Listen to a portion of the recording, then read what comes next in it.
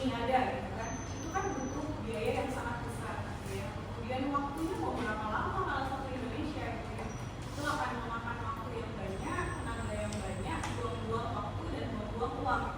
Makanya sekarang sebelum melakukan survei biasanya dilakukan prediksi, gimana sih sebenarnya nih kira-kira gitu kan. Kayak kalau misalnya kita mau belanja, kan kita tahu misalnya kita datang di suatu tempat ya, kita tahu kan daerah-daerah yang rawan itu gimana sih gitu kan. Kita nggak akan datangi semua satu budaya untuk nyari barang yang kita cari gitu kan.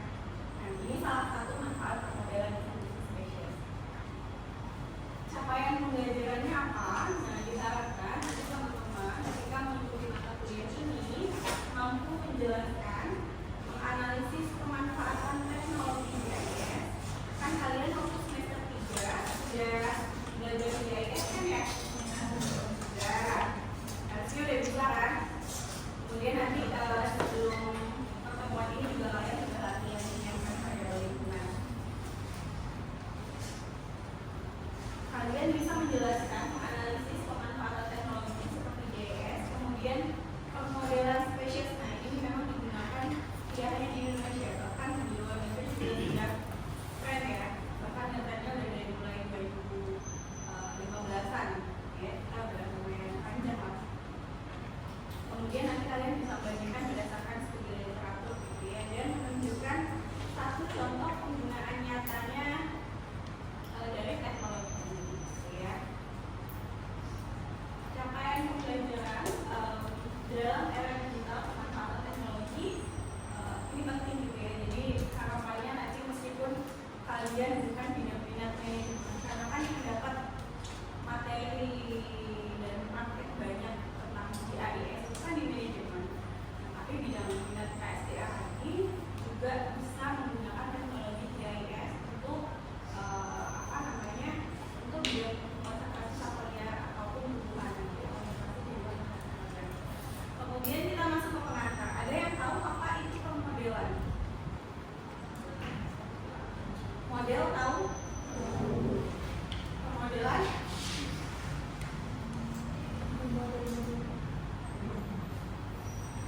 Apa? Nggak tahu? Model tahu? Nah, model itu kan contoh ya. Jadi aku buka. Model itu kan contoh, gitu ya.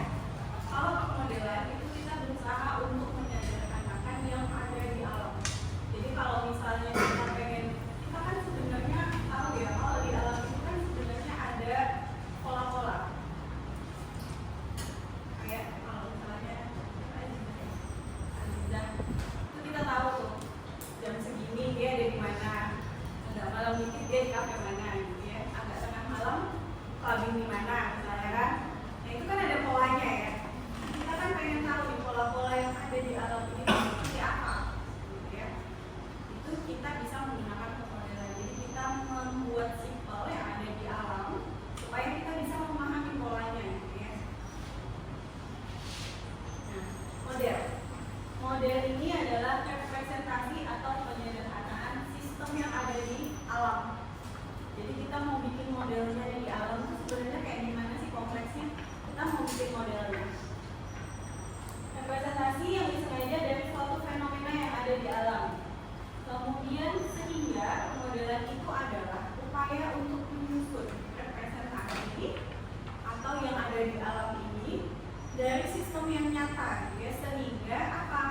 Sehingga kita bisa menjelaskan sebenarnya ada fenomena apa di alam ini.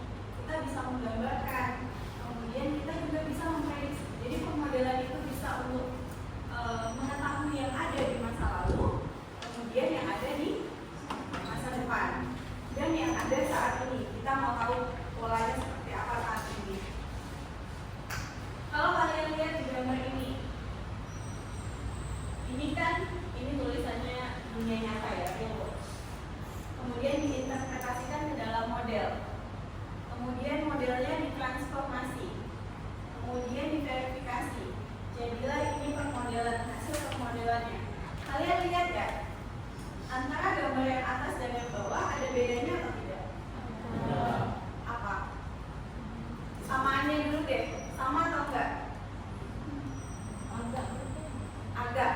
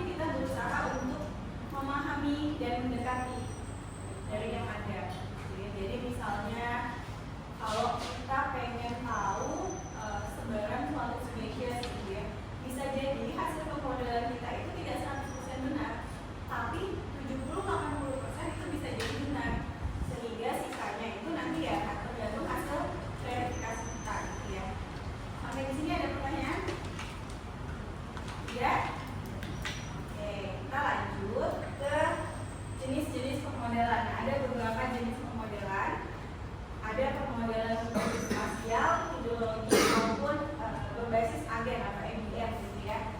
Kalau berbasis spasial biasanya kalau kita mau bikin peta prediksi perubahan tutupan lahan itu bisa. Peta kebakaran hutan, prediksi kebakaran, lokasi-lokasi yang rentan kebakaran itu di mana. Peta prediksi banjir, lokasi-lokasi yang rentan banjir itu di mana. Bisa juga peta lokasi potensi sekolah, lokasi-lokasi yang cocok untuk dibangun sekolah itu di mana. Nah itu berbasis spasial.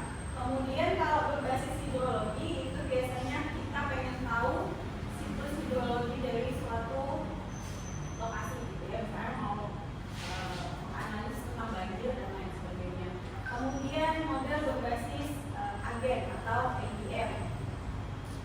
Ini biasanya pemodelan yang menggunakan aktor gitu ya. Jadi kalau misalnya kebakaran hutan tuh aktornya biasanya siapa aja? Siapa?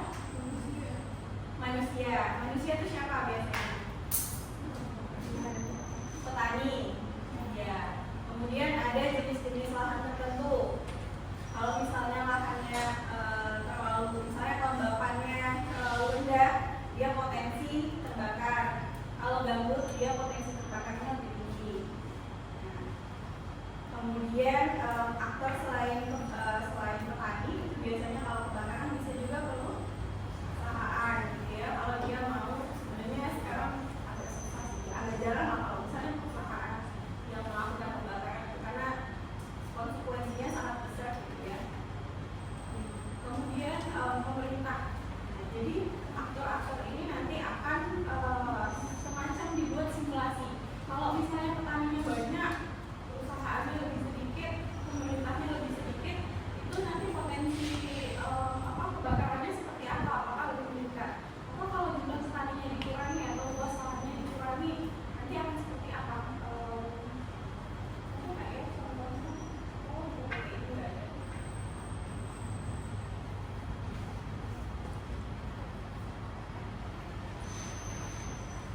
Selanjutnya, kenapa kita harus melakukan pemodelan ya, dalam konservasi atau dalam pengelolaan kawasan konservasi maupun kawasan di luar kawasan konservasi.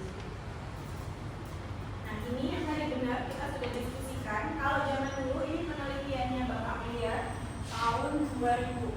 Jadi dia memetakan nih, ini penelitiannya tentang bekantan. Seluruh Borneo dari Malaysia sampai Indonesia semuanya didatengin di Paret. Karena kan bekantan itu biasanya hidupnya di tepi sungai gitu ya. Jadi dia melakukan survei, dilewati semua sungai dari ujung sini sampai sini nih. Ada apa lah titiknya nih? Tahun 2000 nih 151 titik. Tahun 2000 dia melakukan publikasi, dia survei semuanya. Tadi biayanya besar. Ini kan penelitian luar ya, duitnya banyak ya. Kalau kayak kita, apalagi kena efisiensi gitu ya. Maka pada masa kini biasanya untuk tahu sebaran suatu spesies atau potensi untuk pengembangan suatu tumbuhan gitu ya, atau prediksi sebaran dari suatu tumbuhan itu bisa menggunakan pemodelan. Salah satunya adalah pemodelan distribusi spesies. Jadi konsepnya itu adalah kita memprediksi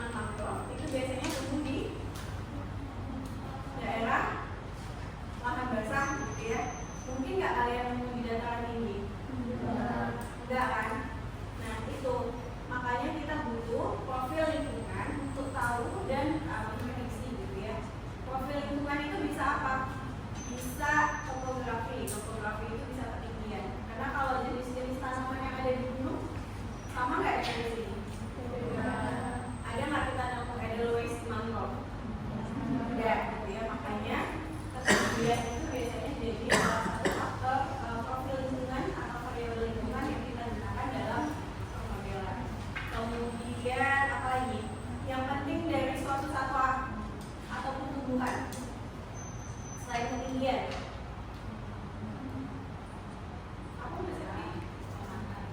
Tutupan lahan. Tadi seperti yang saya bilang, mungkin tidak ketemu di mangrove. Tidak, gitu ya. Makanya biasanya pemodelan menggunakan tutupan lahan. Kemudian bisa juga kelerengan, karena ada jenis-jenis apa bu? Jarak. Iya, jarak. Jarak itu mempengaruhi dari kehadiran suatu spesies. Misalnya ada jenis-jenis spesies yang sangat sensitif, satwa-satwa dilindungi itu kan biasanya dia menghindari manusia ya, sehingga jarak dari gangguan antropogenik atau gangguan manusia itu menjadi salah satu faktor variabel yang digunakan ya. Jadi biasanya jarak dari pemukiman, apalagi yang banyak aktivitas manusianya, jalan, apalagi apa?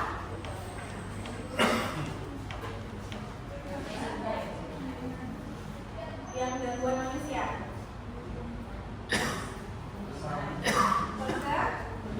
Perkebunan, apalagi? Pemukiman, pertanian, pokoknya jarak-jarak dari yang ada aktivitas manusia itu biasanya digunakan. Nah, kita bisa menggunakan software untuk melakukan pemodelan. Biasanya yang umum itu adalah ini. Yang sering digunakan itu adalah LogScan karena dia sangat simpel gitu ya. Kita hanya butuh data variabel lingkungan dan kehadiran. Konsepnya dia memprediksi itu seperti ini. Jadi kalau misalnya bekantan itu adanya di titik ini kan data curah hujan gitu ya.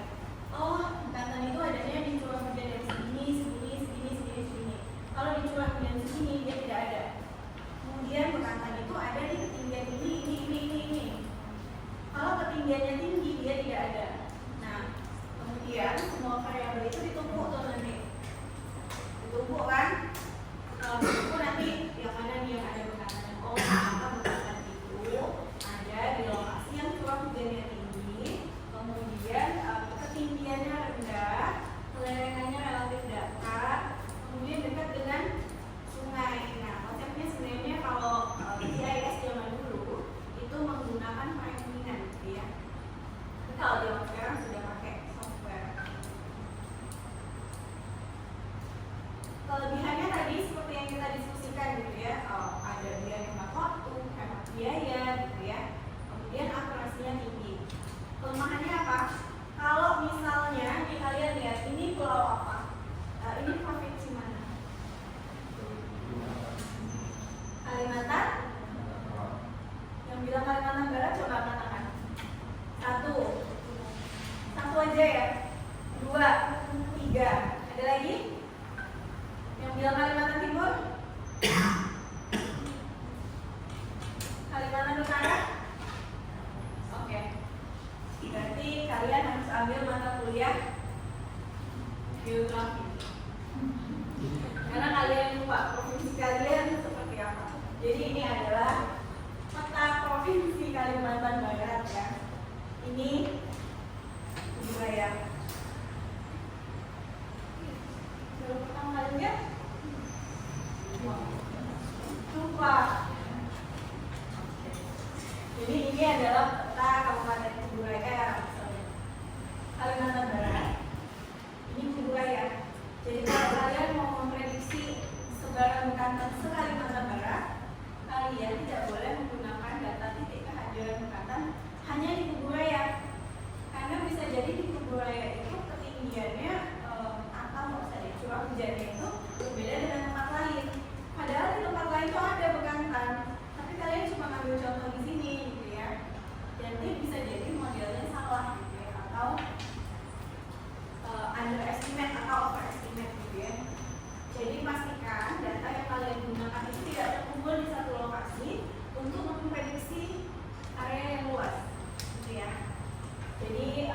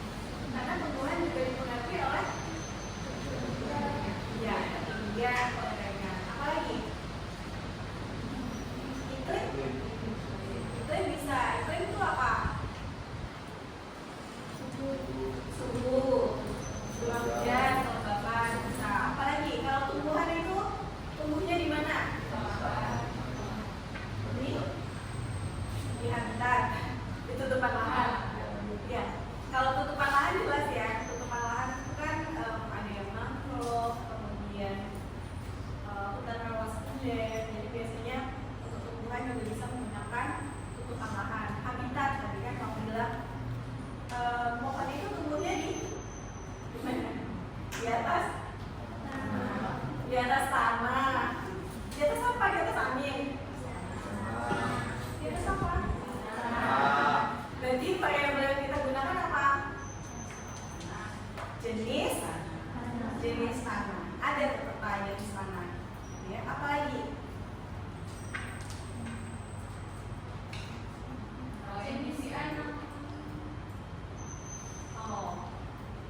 Perawatan. Ya. Perawatan pohon untuk jenis-jenis tertentu bisa menggunakan perawatan pohon gitu ya. Mungkin ada jenis-jenis tanaman yang dia butuh naungan. Dia adanya di daerah-daerah yang butuh naungan. Berarti kita butuh peta keramatan pohon gitu ya, atau perawatan vegetasi. Atau ada juga jenis-jenis yang dia sukanya dapat cahaya matahari gitu ya. Makanya biasanya bisa menggunakan ini dan lain sebagainya. Nah, ini salah satu penelitian saya yang menyelamatkan saya hingga saya bisa lulus gitu ya. Karena kalau nggak publish saya nggak lulus gitu kan. Ini adalah waktu itu saya pengen tahu sebenarnya seberapa cukup sih kawasan konservasi ini bisa menampung atau sudah menyediakan tempat habitat untuk bekantan. Yang mana bekantan ini kan satwa yang dilindungi baik nasional maupun internasional. Kemudian karena tekanan habitat adalah terbesar sehingga populasinya terus turun nih, habitatnya semakin sedikit. Jadi kita pengen tahu sebenarnya bekantan ini lebih banyak di kawasan konservasi atau di luar kawasan konservasi gitu ya. Saya coba prediksikan dengan Mas M. Ini sampel-sampel titik saya waktu itu. Ternyata sebarannya di daerah sini pesisir, karena dia kan memang sangat tergantung sama air ya. Nah, ini saya coba petakan lagi nih. Saya overlay peta hasil prediksinya dengan kawasan perusahaan, perkebunan, pertanian, kemudian saya juga overlay dengan HTI, kemudian ada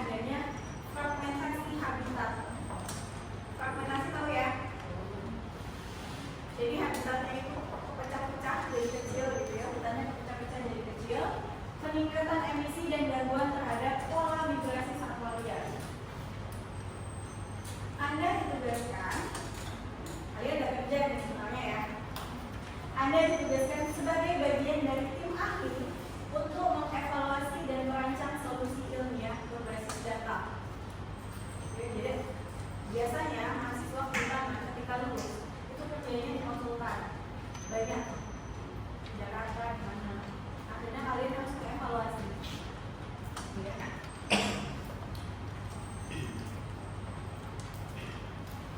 Kemudian tugasnya apa? Jelaskan bagaimana pemodelan berbasis spesies dapat digunakan untuk memetakan habitat kritis orangutan di sekitar kawasan pembangunan IKN. Nah, kalian harus mengidentifikasi variabel apa yang digunakan ketika kalian ingin membuat prediksi pemodelan orangutan, habitat orangutan, ya. Jadi kalian lakukan studi tabel orangutan ini sangat berpengaruh terhadap variabel apa. Kemudian yang kedua, berdasarkan hasil pemodelan, Anda menemukan bahwa sebagian besar habitat penting berada di zona pengembangan IKN. Ternyata kalian setelah bikin pemodelan, di situ di dekat zona pengembangan IKN itu banyak tuh potensi habitat bekantan di situ. Masalah nggak? Masalah. Kenapa masalah? Kenapa jadi masalah?